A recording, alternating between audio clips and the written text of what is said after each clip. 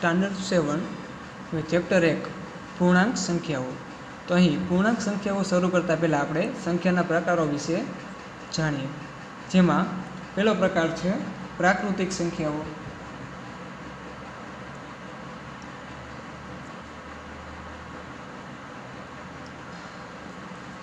જેને આપણે natural number વિશે કહીશું। તો તેમાં કઈ સંખ્યાનો સમાવેશ થાય? શૂન્ય સિવાયની તમામ ધન સંખ્યાઓને પ્રાકૃતિક સંખ્યા કહે છે। શૂન્ય સિવાયની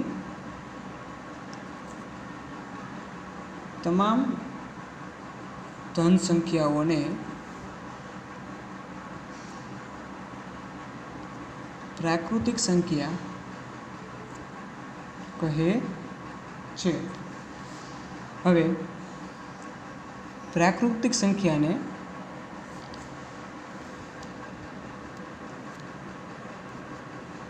n વડે દર્શાવાય છે। કેમ કે n કઈ સંખ્યાનો સમાવેશ થાય? શૂન્ય સિવાયની તમામ ધન સંખ્યાઓ, એટલે કે 1, 2, 3 તેમ આગળ સુધી। હવે સંખ્યાના બીજા પ્રકાર વિશે વાત કરીએ, પૂર્ણ સંખ્યાઓ, જેને આપણે હોલ નંબર તરીકે ઓળખશું। તો જો પૂર્ણાંક સંખ્યાઓ એટલે કેવી સંખ્યા? શૂન્ય સાથેની તમામ ધન સંખ્યાઓની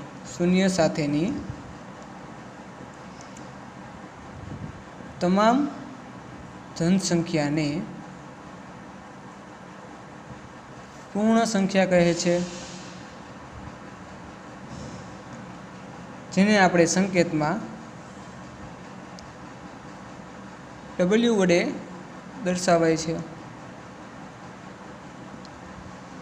તો અહીં કઈ સંખ્યાનો સમાવેશ થાય? કે શૂન્ય સાથેની તમામ ધન સંખ્યા, એટલે શૂન્યનો પણ સમાવેશ થશે અને તમામ ધન સંખ્યા, એટલે 1, 2, 3, 4 એમ સુધી આગળ, બરાબર? તો જુઓ, અહીં યાદ રાખવાનું કે શૂન્ય એ સૌથી નાની પૂર્ણ સંખ્યા છે।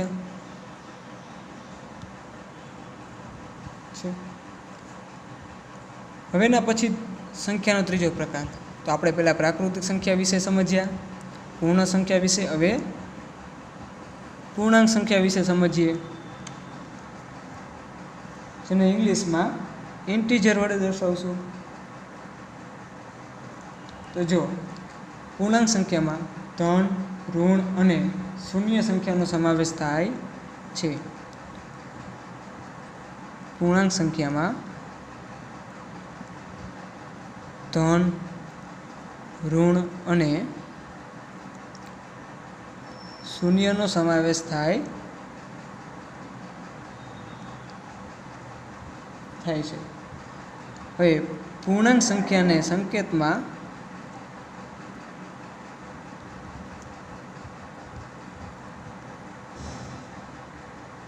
Z વડે દર્શાવશું, Z વડે દર્શાવાય। તો અહીં કઈ કઈ સંખ્યાનો સમાવેશ થાય? 0, પછી -1, -2 એમ આગળ સુધી, અને અહીં 0 પછી ધન સંખ્યા 1, 2, 3 એમ આગળ સુધી। તો જુઓ, અહીં એક નોટ કરી લઈએ, શૂન્ય એ પૂર્ણ સંખ્યા છે, પરંતુ ધન કે ઋણ નથી। શૂન્ય પૂર્ણ સંખ્યા છે, પરંતુ ધન કે ઋણ નથી। તો અહીં આપણે સંખ્યાના પ્રકારો વિશે સમજ્યા। તો સંખ્યાના પ્રકારોમાં આપણે પ્રાકૃતિક સંખ્યા, પૂર્ણ સંખ્યા અને પૂર્ણાંક સંખ્યા વિશે માહિતી મેળવી। તો હવે આપણે સાથે સાથે એકી સંખ્યા, બેકી સંખ્યા, અવિભાજ્ય અને વિભાજ્ય સંખ્યા વિશે પણ માહિતી મેળવી લઈએ। તો સૌપ્રથમ એકી સંખ્યા।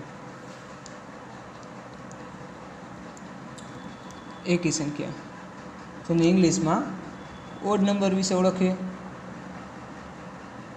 તો એકી સંખ્યા કોને કહેવાય બાળકો? જે પ્રાકૃતિક સંખ્યાઓને 2 વડે નિશેષ ભાગી શકાય નહીં તેવી બધી જ સંખ્યાઓને એકી સંખ્યા કહે છે. જે પ્રાકૃતિક સંખ્યાને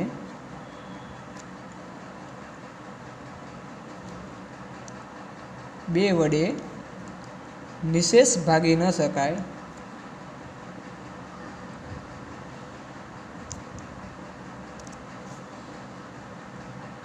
તેવી બધી જ સંખ્યાઓને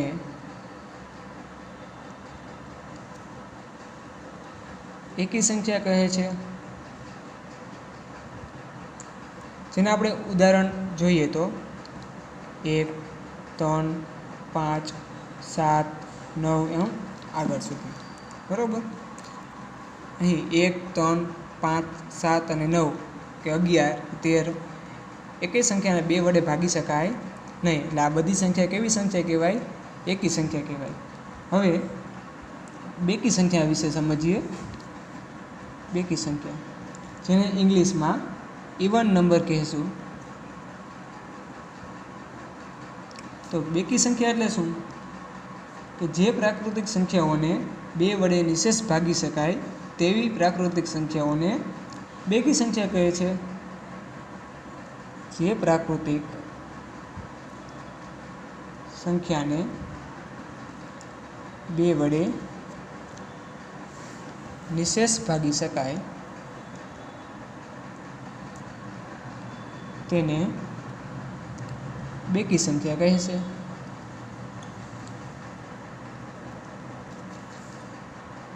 જેના ઉદાહરણની વાત કરીએ તો 2, 4, 6, 8, 10.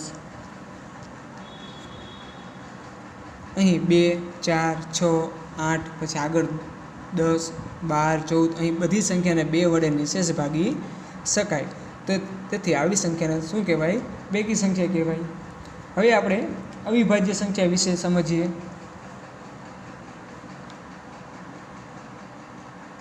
અહીં ચેપ્ટરમાં આપણે ખાલી પૂર્ણાંક સંખ્યાઓ વિશે જ વાત કરવાની છે, પણ આ એક વધારાના નોલેજ તરીકે, જેથી આપણે આગળ પણ કામ આવે અને 6થા ધોરણમાં કે 5મા ધોરણમાં આ બધી વસ્તુ આવી ગઈ છે અને આગળ પણ તમને કામ આવશે. હવે અવિભાજ્ય સંખ્યાઓની વાત કરીએ તો એને પ્રાઇમ નંબર કહેવાય. જો અવિભાજ્ય સંખ્યા કોને કહેવાય?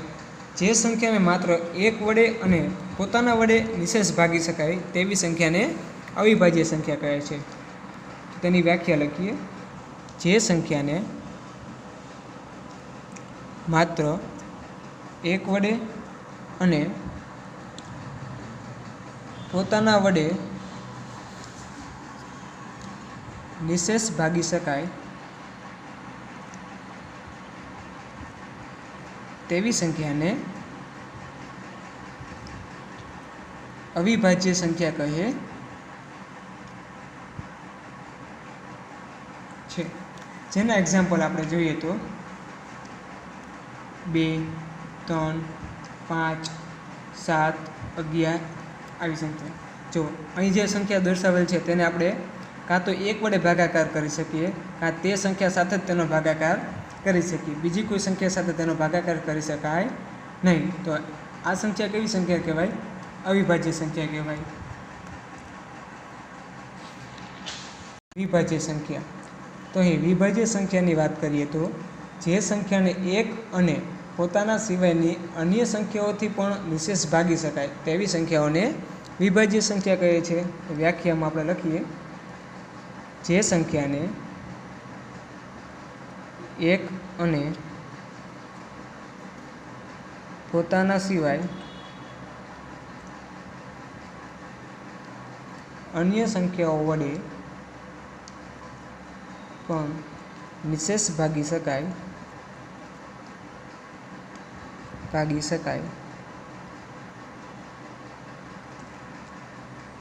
તેવી સંખ્યાને વિભાજ્ય સંખ્યા કહે છે. એક્ઝામ્પલ જોઈ લઈએ. 4, 6, 12, 20. જો અહીં નોંધ એક જોઈએ આપણે.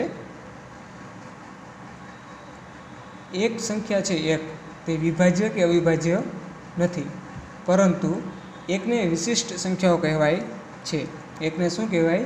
વિશિષ્ટ સંખ્યા કહેવાય. તો એ આપણે નોંધ કરી લઈએ કે એક એ વિભાજ્ય કે અવિભાજ્ય નથી. એક એ વિશિષ્ટ સંખ્યા છે. હવે આપણે જોઈએ કે સૌથી નાની વિભાજ્ય સંખ્યા અને સૌથી નાની અવિભાજ્ય સંખ્યા.